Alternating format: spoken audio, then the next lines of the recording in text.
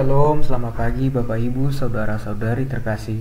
Di dalam nama Tuhan kita, Yesus Kristus, kita bertemu kembali pada siraman rohani pagi dalam channel HKBP Setia Negara pada hari Selasa 8 April 2025. Kita luangkan waktu dan siapkan hati kita, mari berdoa.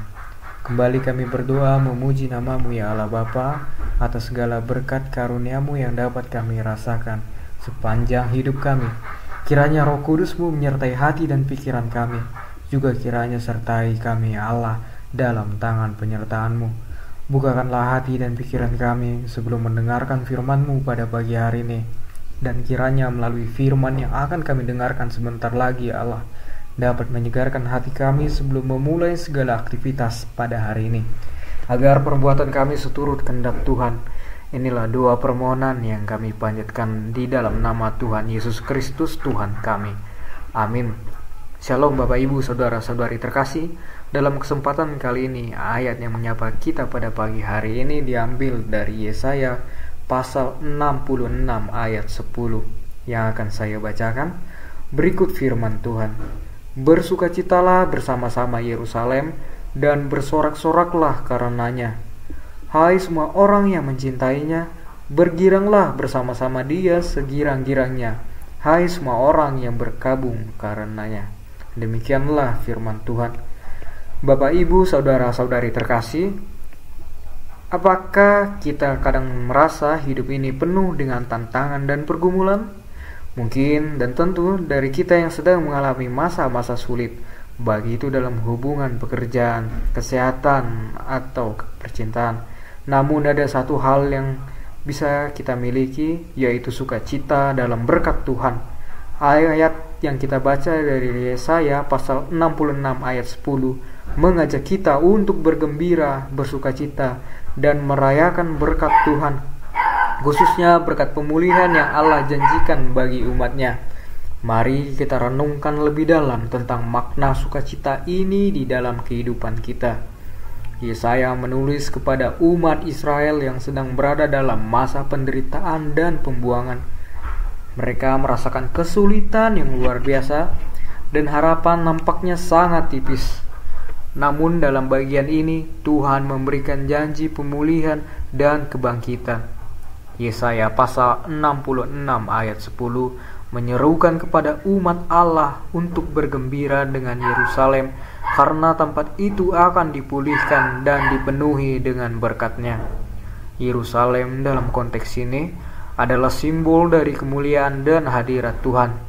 Tuhan mengajak umat-Nya untuk tidak hanya melihat kesulitan, tetapi juga untuk melihat janji-Nya yang penuh dengan sukacita dan berkat.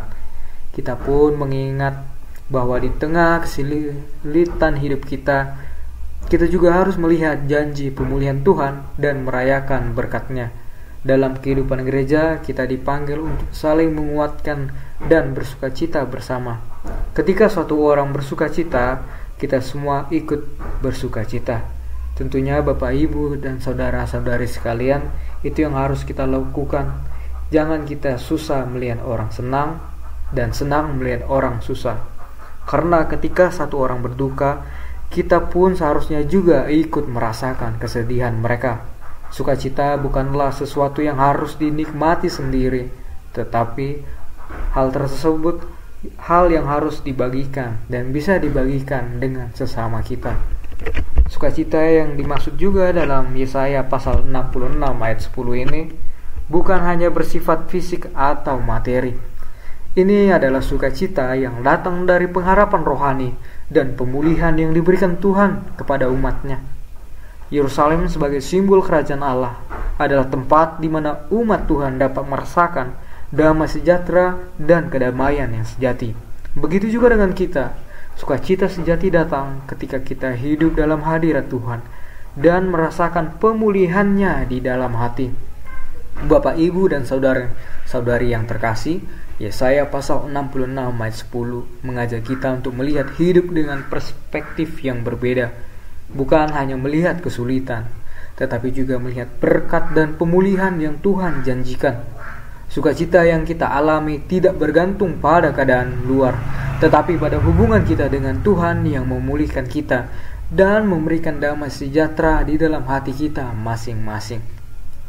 Saat kita merenungkan Yesaya pasal 66 ayat 10 ini, Bapak, Ibu, dan saudara-saudari, kita juga harus melihat bagaimana ayat ini relevan dengan situasi yang kita hadapi, pergumulan yang kita hadapi pada saat ini. Seperti umat Israel yang merasakan penderitaan dan kehilangan, kita pun seringkali merasa terjebak dalam kesulitan hidup yang tampaknya tak ada jalan keluar.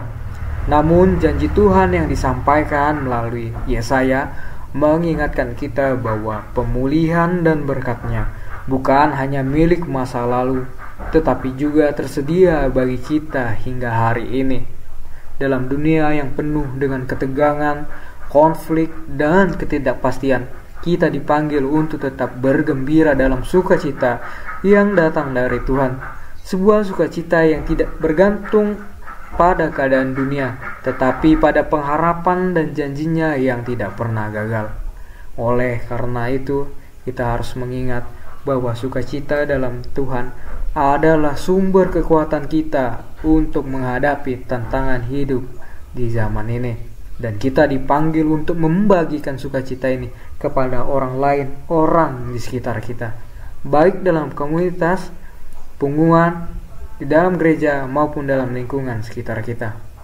Bapak, Ibu, saudara-saudari yang terkasih, mari kita bersama-sama bergembira, bersukacita, bukan hanya karena apa yang kita miliki di dunia ini, tetapi juga karena janji Tuhan yang pasti untuk memulihkan dan memberkati kita.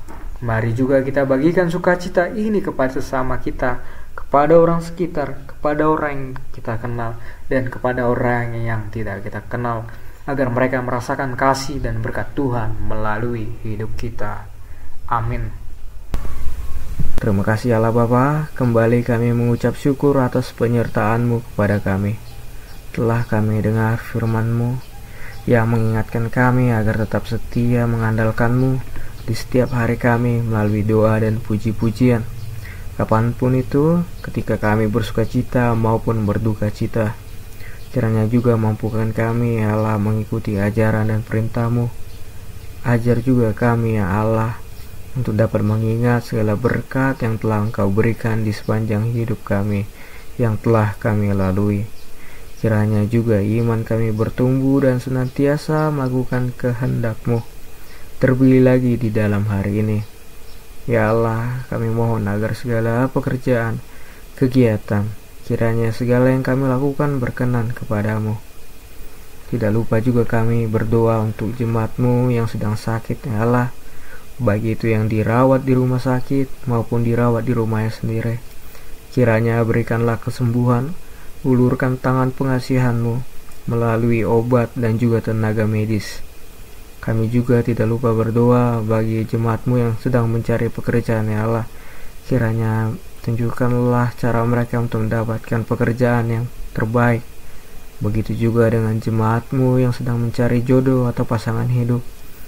Ya Allah, kiranya dengarkanlah doa-doa mereka agar Engkau memberikan pasangan yang tepat bagi mereka. Juga ya Allah, kami berdoa untuk jemaat-Mu yang mengalami pergumulan masing-masing. Kiranya Allah berikan pengharapan dan penghiburan. Kami tidak lupa juga kami makhluk yang berdosa, ya Allah. Tapi kami percaya dari belas kasih karunia-Mu mengampuni dosa dan kesalahan kami. Kehendak-Mu lah yang terjadi, bukan kehendak kami. Di dalam nama Yesus kami berdoa dan berserah. Amin. Selamat pagi Bapak, Ibu, dan saudara-saudara terkasih. Tuhan Yesus memberkati kita semua. Shalom.